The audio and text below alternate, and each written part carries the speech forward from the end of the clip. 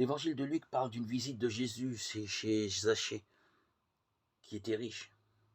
Accueillant joyeusement Jésus dans sa maison, cet homme renonce à la moitié de ses biens et s'engage à indemniser les victimes de ses fraudes. Jésus lui dit: « Aujourd'hui le salut est arrivé à cette maison. » Luc 19, 9.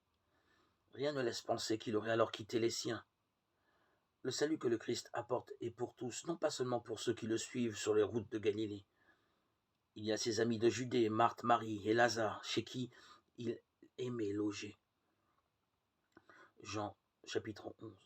Et les actes des apôtres mentionnent avec bienveillance des chrétiens de milieux aisés. Par exemple, Lydie, une commerçante qui, dans sa maison, logeait les apôtres et accueillait les réunions de la communauté chrétienne du lieu. Voir Acte 16, 14, 15. Acte 40. Ou Aquilas et Priscille, un couple d'entrepreneurs qui hébergeait l'apôtre Paul et lui offrait du travail pour qu'il puisse gagner sa vie selon ses habitudes.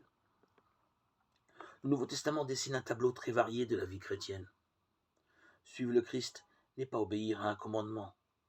Aucune loi n'oblige à imiter sa manière de vivre. Si celui qui lui fait confiance sera forcément amené à rompre avec la façon de voir et d'agir du monde environnant, cette nécessaire conversion du cœur prend une forme différente, selon la situation de chacun. C'est dans une entière liberté par amour en réponse à un appel personnel que quelqu'un osera consentir à la pauvreté et à l'entière disponibilité de Jésus. Marc 1, 15.